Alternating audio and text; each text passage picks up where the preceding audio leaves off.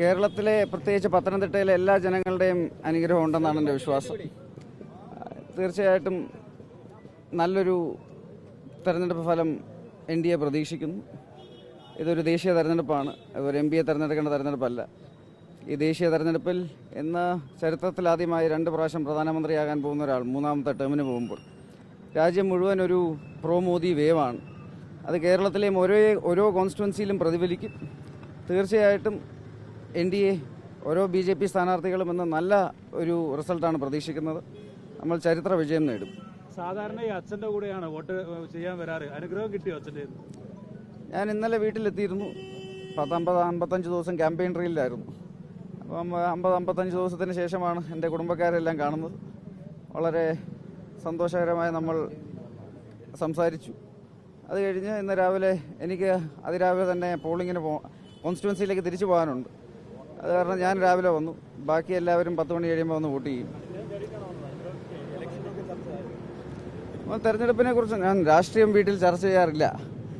വീട്ടിൽ രാഷ്ട്രീയം ചർച്ച ചെയ്യുന്നത് നമ്മുടെ പണ്ടേ നിരോധിച്ചല്ല. പണ്ടേ മുതൽ അങ്ങനെ ഒരു സിസ്റ്റം ഇല്ല. നമ്മൾ ആകെപ്പാടെ ഇപ്പം 50-55 ദിവസം കഴിഞ്ഞാണ് വീട്ടുകാരെയൊക്കെ കാണുന്നത്. അത് കാരണം കുടുംബകാര്യങ്ങളും മറ്റ് ആരോഗ്യ കാര്യങ്ങളും ഒക്കെ ചർച്ച ചെയ്യുള്ളൂ. രാഷ്ട്രീയം ചർച്ച ചെയ്തില്ല. എല്ലാവരും ഞാൻ എപ്പോഴും പറയുന്നൊരു കാര്യം തന്നെയാണ് ഇന്നും പറയുന്നത്. വ്യക്തിപരമായി എനിക്ക് ഏറ്റവും ബഹുമാനവും സ്നേഹമുള്ള 2 പേർ എൻ്റെ മാതാപിതാക്കളാണ്. 2 പേരെയും കണ്ടതിൽ ഒരുപാട് സന്തോഷമുണ്ട്. കണ്ടു കഴിഞ്ഞു. പക്ഷേ രാഷ്ട്രീയമൊന്നും ചർച്ച ചെയ്തില്ല.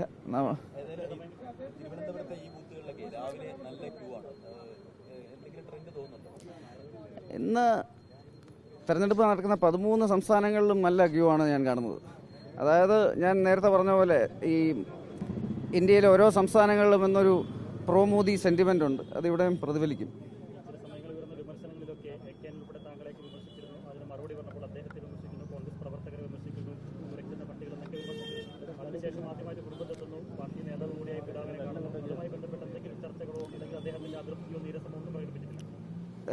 ഇതൊക്കെ രാഷ്ട്രീയമാണല്ലോ. ഇതൊക്കെ ഇപ്പോൾ ഞാൻ പറഞ്ഞു, കുടുംബകാര്യം വേറെ, രാഷ്ട്രീയം വേറെ.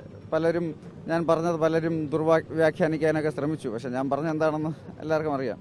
ഇപ്പം ഇന്ന് അതിനെക്കുറിച്ചൊന്നും ചർച്ച ചെയ്യേണ്ട സമയമല്ല. ഇത് ഇന്ന് വോട്ടെടുപ്പാണ്. എനിക്കാകപ്പാടെ ജനങ്ങളോട് പറയാനുള്ളത് എല്ലാവരും അവരുടെ വോട്ടുകൾ വിനിയോഗിക്കുക. എല്ലാവരും ഇന്ത്യ ലോകത്തിലെ ഏറ്റവും വലിയ ജനാധിപത്യ രാജ്യമാണ്. ഇന്ന് ജനാധിപത്യത്തിൻ്റെ ഏറ്റവും വലിയ ഫെസ്റ്റിവലാണിന്ന് നടക്കുന്നത്. അതായത് 140 കോടി ജനങ്ങളെ അടുത്ത 5 വർഷം ആര് ഭരിക്കും നയിക്കും ഇതൊക്കെ തീരുമാനിക്കേണ്ട തെരഞ്ഞെടുപ്പാണ്. എല്ലാ ജനങ്ങളും ഇന്ന് വോട്ട് രേഖപ്പെടുത്തുമെന്ന് ഞാൻ വിശ്വസിക്കുന്നു.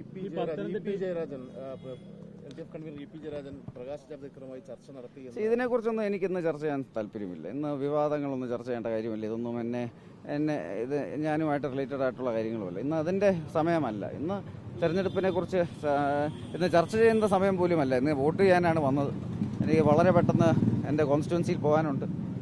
150 കിലോമീറ്റർ വിസ്താരമുള്ള സ്ഥലമാണ്. 14 സംഘടനാ മണ്ഡലങ്ങളുണ്ട്. 7 നിയോജന മണ്ഡലങ്ങളുണ്ട്. അങ്ങ് അടൂർ മുതൽ കാഞ്ഞിരപ്പള്ളി വരെ ഒരുപാട് സ്ഥലങ്ങളിൽ പോകാനുള്ളതാണ്, ബൂത്തുകളിൽ പോകാനുള്ളതാണ്. അത് കാരണം ഇന്ന് ഇങ്ങനത്തെ ചർച്ചയ്ക്കൊന്നും ഞാനില്ല. പത്തനംതിട്ടയിൽ എത്ര വോട്ടിന് ജയിക്കുന്ന പ്രതീക്ഷ? ഞാൻ നല്ല ഭൂരിപക്ഷത്തോടെ മറ്റ് 2 സ്ഥാനാർത്ഥികൾക്ക് എത്ര വോട്ട് കിട്ടുമെന്ന് എനിക്കറിയില്ല. കാര്യം ഞാൻ പല സ്ഥലങ്ങളിലും സൂചിപ്പിച്ച പോലെ 2 പേർക്കുമെതിരെ വലിയ ജനവികാരമാണ്. പക്ഷെ തീർച്ചയായിട്ടും നമ്മൾ നാഷണൽ സ്റ്റേജിൽ തന്നെ ഓരോ ബൂത്തിലും മിനിമം ഒരു ടാർഗറ്റ് വെച്ചിട്ടുണ്ട്. ഞാനൊരു 4,4 ലക്ഷം വോട്ടിനും ഇടയ്ക്കുള്ള വോട്ടുകൾ ഞാൻ പ്രതീക്ഷിക്കുന്നു. നമ്പർ 2, നമ്പർ 3 ഉള്ള വോട്ടുകൾ അനുസരിച്ച് വിജയ മാർജിൻ കാണാം. പക്ഷെ നല്ല മാർജിനിൽ ഞാൻ ജയിക്കും. ആരുമായിട്ടാണ് നേരിട്ടുള്ള മത്സരം? പത്തനംതിട്ട ഇപ്പം കേരളത്തിൽ കാസർഗോഡ് മുതൽ തിരുവനന്തപുരം വരെ എല്ലാ മണ്ഡലങ്ങളിലും LDFനെതിരെ ഒരു ജനവികാരമുണ്ട്. അത് തീർച്ചയായിട്ടും ഈ തെരഞ്ഞെടുപ്പിൽ പ്രതിഫലിക്കും. പിന്നെ എനിക്കെതിരെ നിൽക്കുന്ന ശ്രീ ആന്റോ ആന്റണിക്കെതിരെ കഴിഞ്ഞ 15 വർഷം അദ്ദേഹം അവിടെ MP ആയിട്ടും അവിടെ ഒന്നും ചെയ്യാത്തതിൻ്റെ ഒരു ജനവികാരവുമുണ്ട്. ഇത് രണ്ടും പത്തനംതിട്ടയിൽ വലിയ ഫാക്ടറാണ്. ഇത് കാരണമാണ് ഞാൻ പറയുന്നത് ഇതിൽ ഏറ്റവും മോശം പ്രകടനം ആരായിരിക്കുമെന്ന് നമുക്ക് പറയാൻ സാധിക്കില്ല. കാര്യം 2 പേർക്കുമെതിരെ വലിയ ജനവികാരമാണ്. അത് കാരണം തീർച്ചയായിട്ടും ഈ പത്തനംതിട്ട പുതിയൊരു മണ്ഡലമാണ്. 2009 തൊട്ടാണ് ഈ മണ്ഡലം ഉണ്ടായത്. ആ മണ്ഡലത്തിൻ്റെ ഏറ്റവും വലിയ വിജയമാണ് ഞാൻ പ്രതീക്ഷിക്കുന്നത്. ആന്റോ ആന്റണി തന്നെ ഇപ്പം ഇത് രാഷ്ട്രീയ ചർച്ചയുടെ സമയമല്ല. കാര്യം 2-3 ദിവസമായിട്ട് ശ്രീ ആന്റോ ആന്റണി ഒരു പരാജിതൻ്റെ ഭാഷയിലാണ് സംസാരിക്കുന്നത്.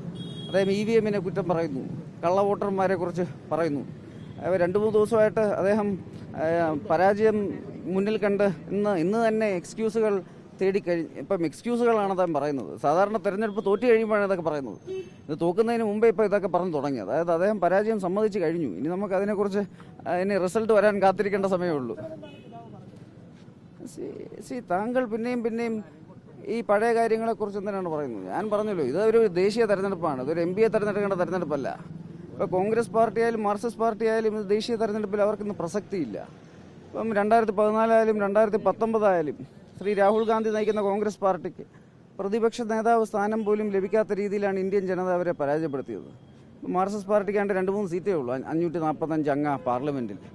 ഈ തെരഞ്ഞെടുപ്പിലും അത് തന്നെയാണ് കാണാൻ പോകുന്നത്. പിന്നെ കോൺഗ്രസ്സുകാരും മാർക്സിസ്റ്റുകാരും ഒക്കെ 2 MPമാരുള്ള പാർട്ടിയും പ്രതിപക്ഷ നേതാവിന് പോലും അർഹമല്ലാത്ത രീതിയിൽ ഇന്ത്യൻ ജനത തോൽപ്പിക്കുന്ന പാർട്ടിയിലുമുള്ളവരൊക്കെ ഇതുപോലെ പല കാര്യങ്ങളും പറയും. പക്ഷെ അതൊന്നും ഇന്ത്യൻ ജനത സീരിയസ് ആയിട്ട് എടുക്കാറില്ല. അപ്പം തീർച്ചയായിട്ടും ഈ തെരഞ്ഞെടുപ്പിലും എനിക്ക് പറയാനുള്ളത്, നിങ്ങൾ എല്ലാവരും നിങ്ങളുടെ വോട്ടുകൾ നന്നായി വിനിയോഗിക്കുക. ദേശീയ തെരഞ്ഞെടുപ്പാണ്. തീർച്ചയായിട്ടും BJP 370-ലധികം സീറ്റുകൾ പ്രതീക്ഷിക്കുന്നു. NDA 400-ലധികം സീറ്റുകൾ പ്രതീക്ഷിക്കുന്നു. കേരളത്തിൽ നിരവധി സീറ്റുകൾ BJP ജയിക്കും. അതിലൊന്ന് പത്തനംതിട്ടയായിരിക്കും.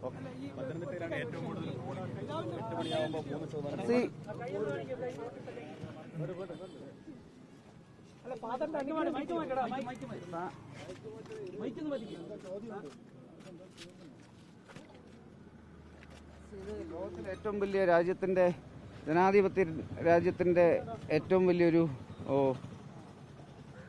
ഫെസ്റ്റിവലാണ് നടക്കുന്നത്. ഇന്ന് അതിൻ്റെ സ്പിരിറ്റിലെടുക്കാതെ ഇന്ന് നിങ്ങൾ ഈ ഫാമിലി സോപ്പ് ഓപ്പറയായിട്ട് വരാതെ നിങ്ങൾ കുറച്ച് സംയമനം പാലിക്കണം.